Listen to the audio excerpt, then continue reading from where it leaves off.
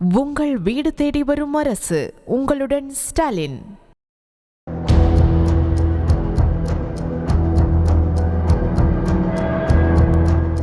மதுரை மாவட்டம் Arappalayam cross road பகுதியைச் சேர்ந்தவர்கள் விக்னேஷ்குமார், அபிநயா தம்பதி. இவர்கள் இருவரும் விபிஜி ட்ரேடர்ஸ் என்ற பெயரில் பங்கு பரிவர்த்தனை செய்து வருவதாக கூறி ஜெயகின்புரம் பகுதியைச் சேர்ந்த முத்துக்குமார், செந்தில் ஆகியோரிடம் அறிமுகமானதாக கூறப்படுகிறது. அப்போது 1 லட்சம் ரூபாய் முதலீடு செய்தால் மாதம் 6000 ரூபாய் ஊக்கத்தொகை தருவதாக கூற முத்துக்குமார், செந்தில் மற்றும் அலுவலகத்தில் வேலை செய்த பணியாளர்கள் சிலர் 1 லட்சம் ரூபாயை பல தவணைகளாக வங்கி கணக்கின் மூலமாகவும் கையில் ரொக்கமாகவும் கொடுத்ததாக கூறப்படுகிறது.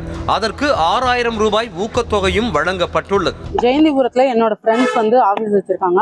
அவங்க மூலியமா தான் எனக்கு இந்த விக்னேஷ்ன்றவங்க பழக்கம். நான் ஸ்டார்டிங்ல 1 லட்சம் தான் போட்டதுக்கு ஒரு 4 மாசம் கரெக்டா கொடுத்தாங்க. 1 லட்சம் ரூபாய்க்கு 6000 ரூபாய் கொடுத்தாங்க.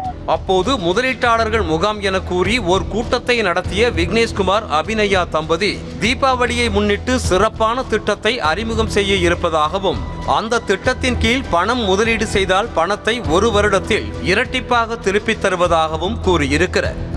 உருக பேசிய அந்த தம்பதியின் பேச்சில் மயங்கிய முதலீட்டாளர்கள் அப்போதே 54 லட்சம் ரூபாய் வரை அவர்கள் வங்கி கணக்கில் செலுத்தியதாக கூறப்படுகிறது. பின்னர் பசியோடு காத்திருந்த முதலீட்டாளர்களுக்கு சுட சுட மட்டன் பிரியாணியும் பரிமாறப்பட்டுள்ளது. இப்படியாக 1,24 லட்சம் ரூபாய் வரை பணத்தை பெற்றவர்கள் சில மாதங்கள் லாபத் தொகையை கொடுத்துவிட்டு பின்னர் வழங்கவில்லை என கூறப்படுகிறது.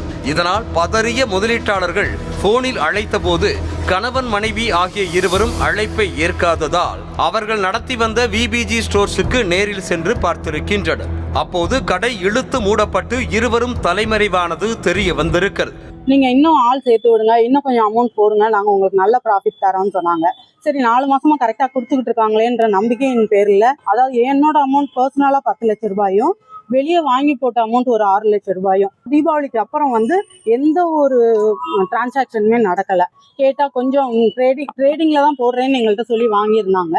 ட்ரேடிங் கொஞ்சம் லாஸ் ஆயிட்டு இருக்குன்னு 1% கூட அமௌண்ட் தரவே இல்லை. பாதிக்கப்பட்டவர்கள் வேறொரு எண்ணில் தொடர்பு கொண்ட போது பணத்தை திருப்பி தர முடியாது என திமிராக பேசிய தம்பதி தேடி வந்தால் கொன்று விடுவோம் என மிரட்டியதாக கூறப்படுகிறது. இதனால் அச்சமடைந்த முதலீட்டாளர்கள் மோசடி தம்பதியிடமிருந்து பணத்தை மீட்டு தருமாறு ஆதாரங்களோடு மாநகர காவல் ஆணையர் அலுவலகத்தில் புகார் அளித்தனர். இது தொடர்பான விசாரணையில் எந்த முன்னேற்றமும் இல்லாத நிலையில் கடந்த 2 தினங்களுக்கு முன்பாக தல்லாகுளம் அருகே விக்னேஷ்குமார் நின்று கொண்டிருப்பதை முதலீட்டாளர்கள் பார்த்துள்ளனர். அவரை சுற்றி வளைத்து பிடித்து பணத்தை கேட்டபோது சுதாரித்துக் கொண்ட விக்னேஷ்குமார் பணம் கேட்டு தன்னை கொலை செய்ய முயல்வதாக கூறி தல்லாகுளம் காவல் நிலையத்தில் புகார் அளித்ததாக கூறப்படுகிறது. இதனையடுத்து அங்கு வந்த போலீசார் விக்னேஷ்குமார் மற்றும் அவரை மடக்கி பிடித்த நபர்களை காவல் நிலையம் அழைத்து சென்று விசாரித்துள்ளனர். நாங்களும் குற்றப்பிரிவுல தான் மனு கொடுத்தோம். பட் ஆனா ஆள் இது வரைக்கும் கிடைக்கல. இன்னைக்கு கிடைச்சிட்டாங்கன்னு சொல்லி ஃப்ரெண்ட்ஸ் மூலியமா நாங்க போய் பார்த்ததுக்கு தல்லாகுளம் போலீஸ் ஸ்டேஷன்ல வச்சிருக்காங்க. பட் ஆனா இங்க குற்றப்பிரிவுல போய் கூட்டிட்டு வர மாட்டேங்கிறாங்க. காசு ஏமாந்த ஒரு நபர் இந்த மாதிரி நான் காசு ஏமாத்தி ஓடினவர் இங்க இருக்காருன்னு சொல்லிட்டு தல்லாகுளம் ஸ்டேஷன்ல போய் பிடிச்சி கொடுக்குறாங்க.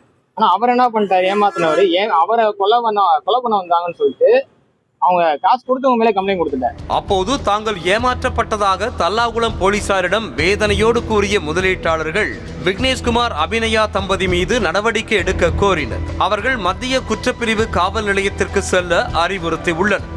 அடித்து பிடித்து கொண்டு விஸ்வநாதபுரம் பகுதியில் உள்ள மத்திய குற்றப்பிரிவு காவல் நிலையத்திற்கு சென்று விஷயத்தை கூறிய போது அவர்கள் எந்த நடவடிக்கையும் எடுக்கவில்லை என கூறப்படுகிறது. விக்னேஷ்குமாரை அழைத்து வர மத்திய குற்றப்பிரிவு போலீசார் மெத்தனம் காட்டியதால் மோசடி நபர்கள் பிடிபட்டும் எதுவும் செய்ய முடியாமல் தவிப்பதாக பாதிக்கப்பட்டவர்கள் வேதனை தெரிவித்தனர்.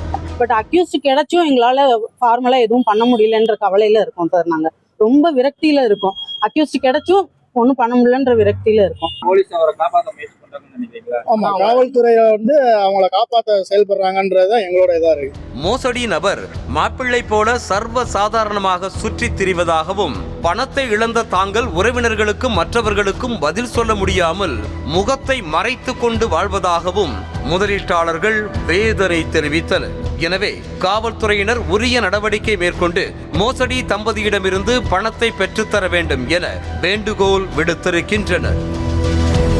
உங்கள் வீடு தேடி வரும் அரசு. உங்களுடன் ஸ்டாலின்.